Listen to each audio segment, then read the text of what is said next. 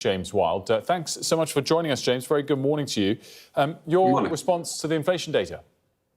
Well, these are a disappointing set of figures, which mean further pain for hardworking families. And this is a result of putting up taxes on businesses, making jobs more expensive to employ people. We're seeing that feed through into the prices that people are having to pay, whether that's for their weekly shop, for their transport costs, or otherwise. And Rachel Reeves, unfortunately, has got herself in a position where the forecasters are expecting her to come back in the autumn budget and further increase taxes, which will have a dampening effect further on growth and put us into something of a doom loop. So these are disappointing figures, but not surprising. She was warned at the time she hiked the jobs tax that this would feed through to higher prices, and that, unfortunately, is what's happened. What would you do instead? I guess the other alternative would be to significantly cut spending. Well, indeed. So the plans that the government have put forward are to spend... Ladbrokes. There's a whole world of prizes waiting for you. That's Ladisfaction from Ladbrokes. Budget savings. The budget for health and sickness benefits is set to hit £100 billion by the end of this Parliament. That's simply unsustainable. But Labour's backbenchers have shown they're not prepared to make saving measures, spending savings. And we need to live within our means as a country. The cost of borrowing are going up. We're going to be paying £130 billion a year just to service the debt by the end of this Parliament.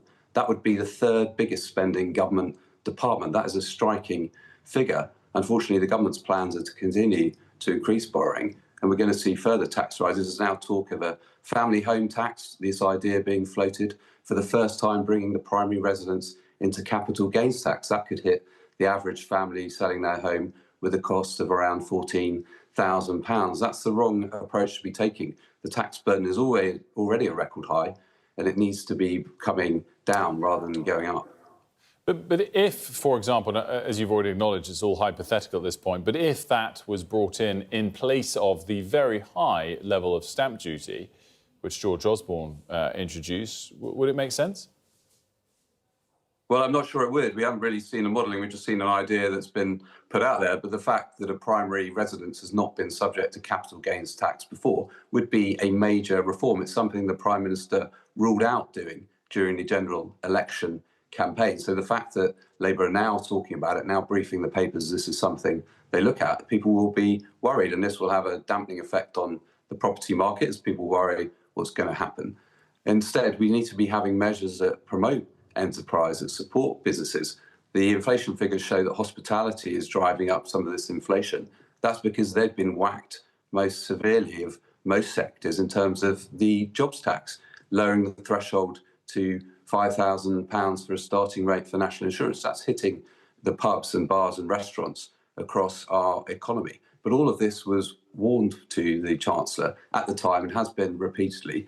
And she's ignored the fact that over the last 10 months, unemployment has gone up month after month. She can't avoid responsibility for the decisions that she took. And rather than looking to hit the economy with higher taxes, she should be looking to make savings and to bring back spending under control.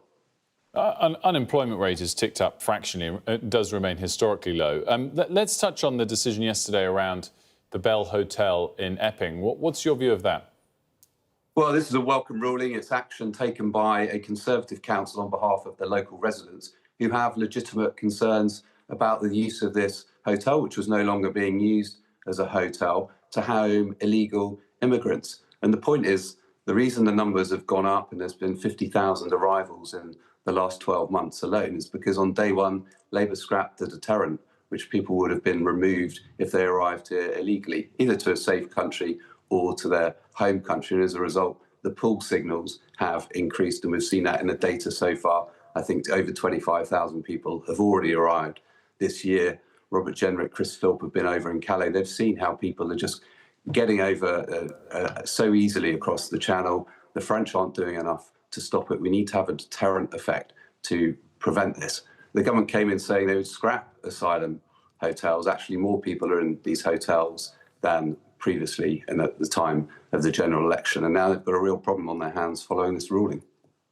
It's interesting because you're saying that it's a Conservative council that brought this action, but you sort of brought the action against a policy, a status quo at least, that a Conservative government set up in terms of the use of these hotels so extensively for housing migrants seeking asylum. So isn't it a bit rich for you to frame this as we the Conservatives have taken this action against the Labour government? It's the Conservatives, after the fact, taking it against the status quo that they established.